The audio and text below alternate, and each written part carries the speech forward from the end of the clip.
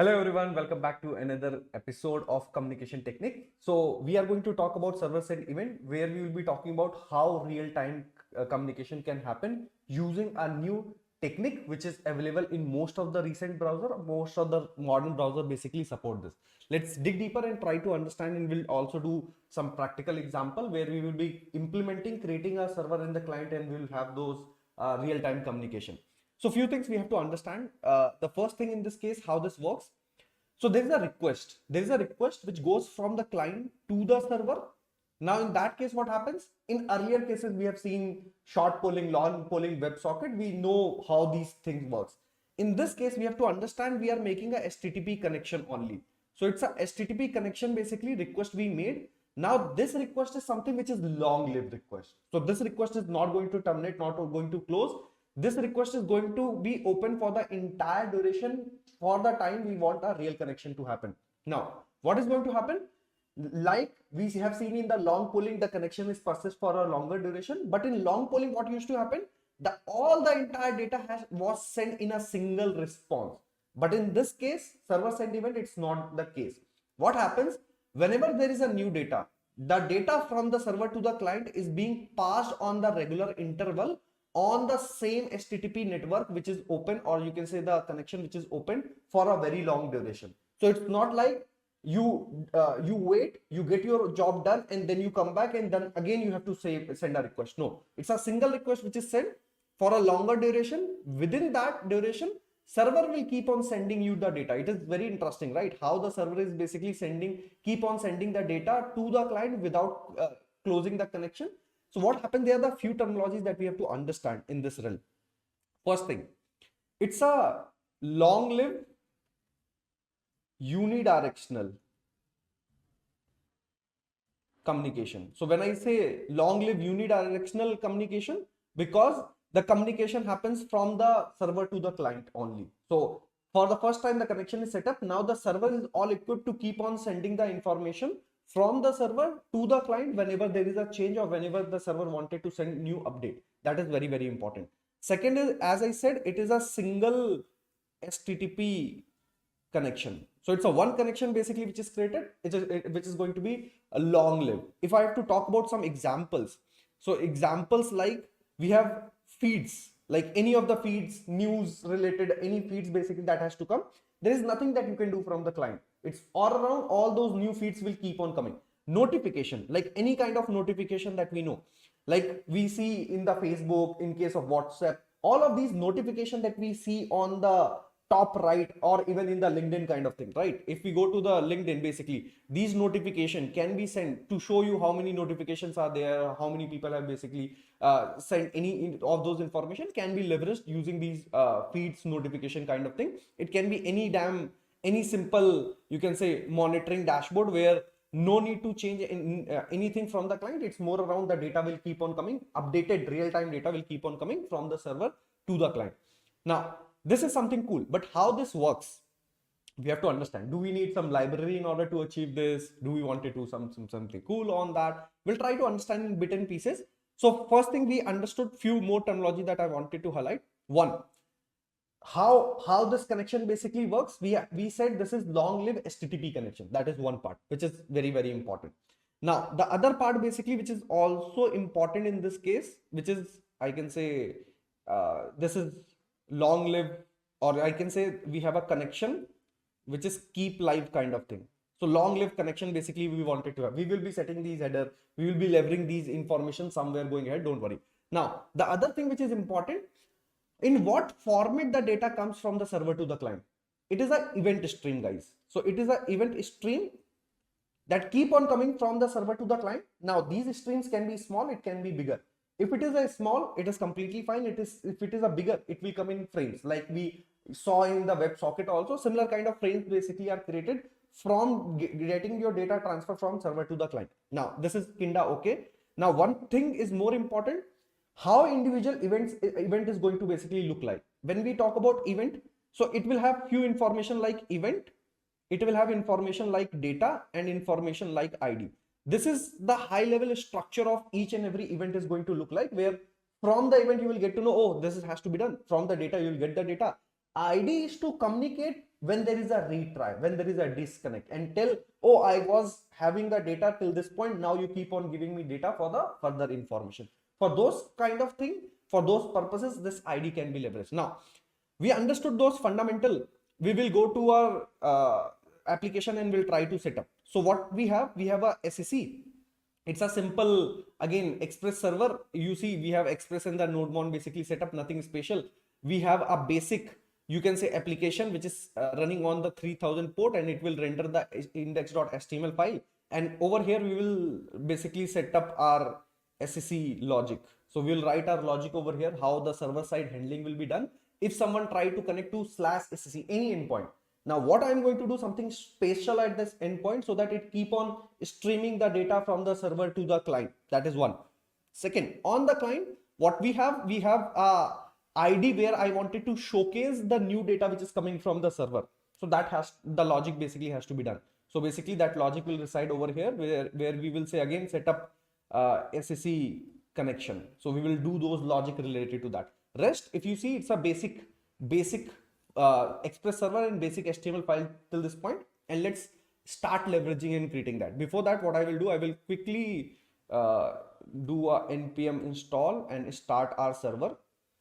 So we will install the dependencies, which is Express and Node.js, and run the npm run start. Once we run it, we see it is up on localhost 3000 port.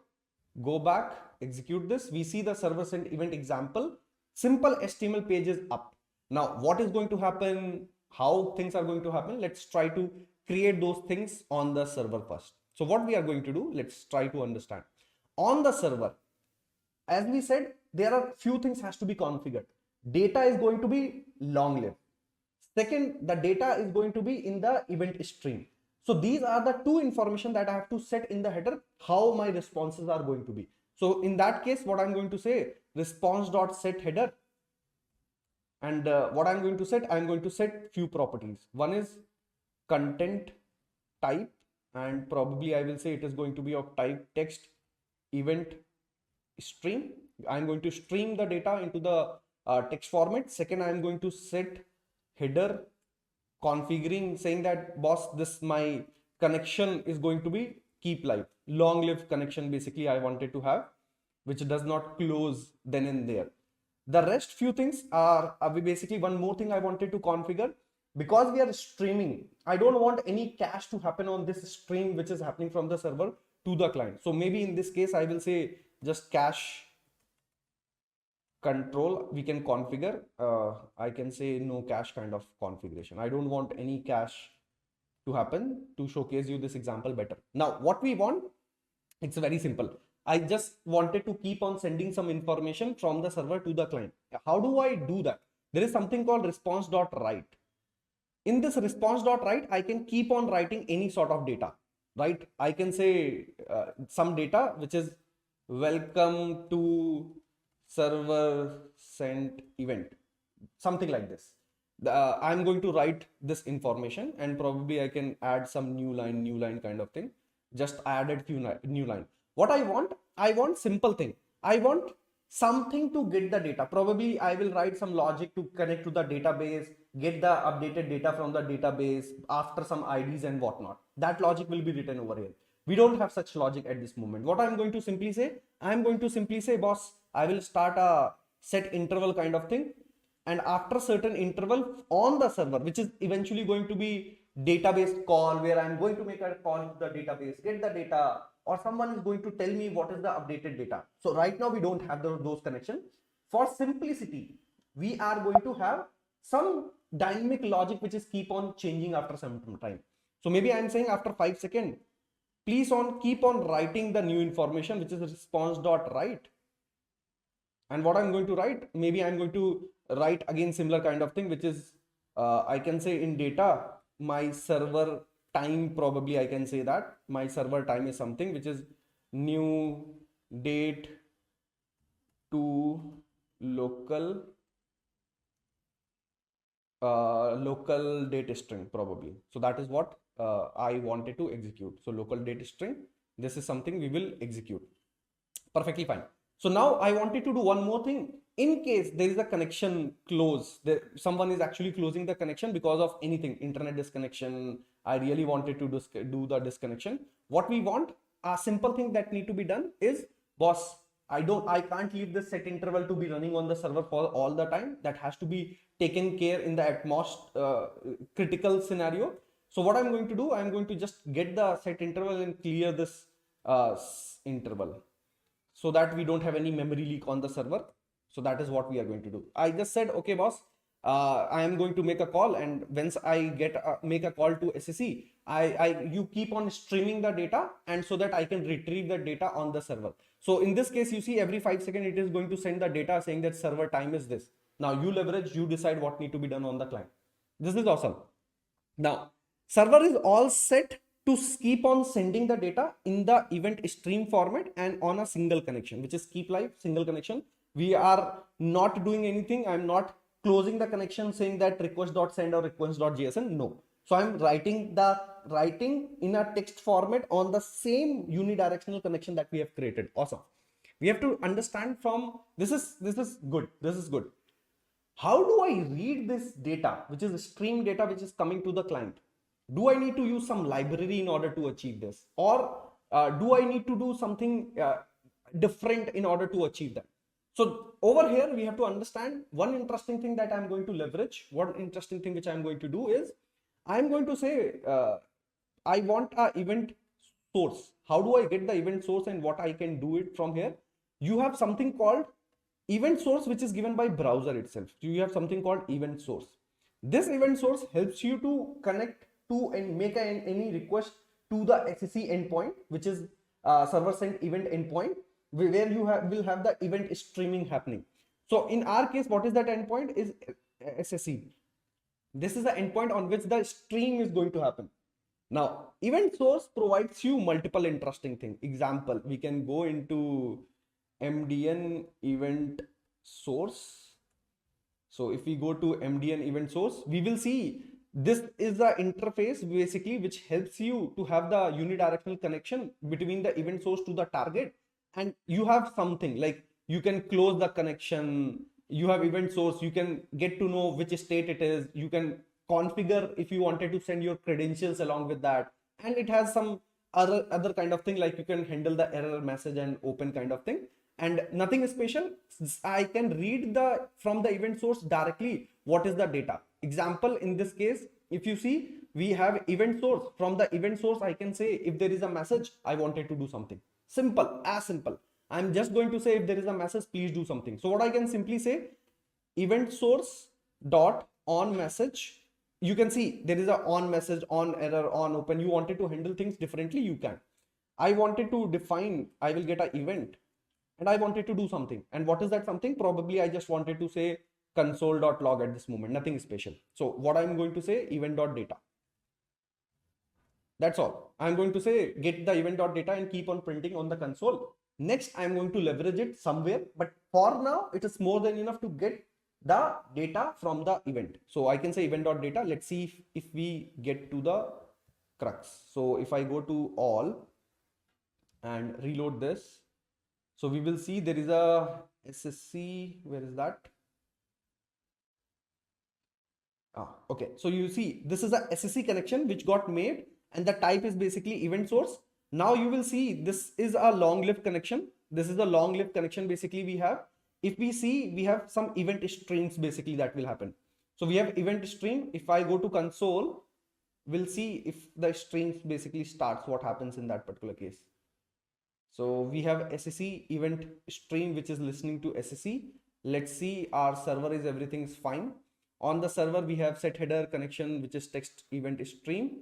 We have keep live. We have all those things. We are response dot write. We are actually writing things perfectly fine over here. And we have cleaning up logic also. So I think things looks good till this moment. Nothing strange. I am having a get call only, which is completely okay. So we have app.get. It's a same server. And let's see if we get some data or some information. We have localhost SSE, which is set. Is there any console? It says that error incomplete chunk encoding. Okay, I think the problem is, let's quickly check why the events are not getting read over here. Probably let's see what are the data that we are sending. Oh, this was keep alive. Okay, this is good. The other thing, oh, I think I am adding a multi-line break spaces basically I have given. That was causing the problem because the data has to string in the text format in the new line. That is what we are expecting. I think that was breaking because it was taking an empty data which was not having the right format. Let's see if this works. So if I go to console, yes, we got the data. We can see the events are streaming. Now I can go and say event.data. Let's see what is the data that we get.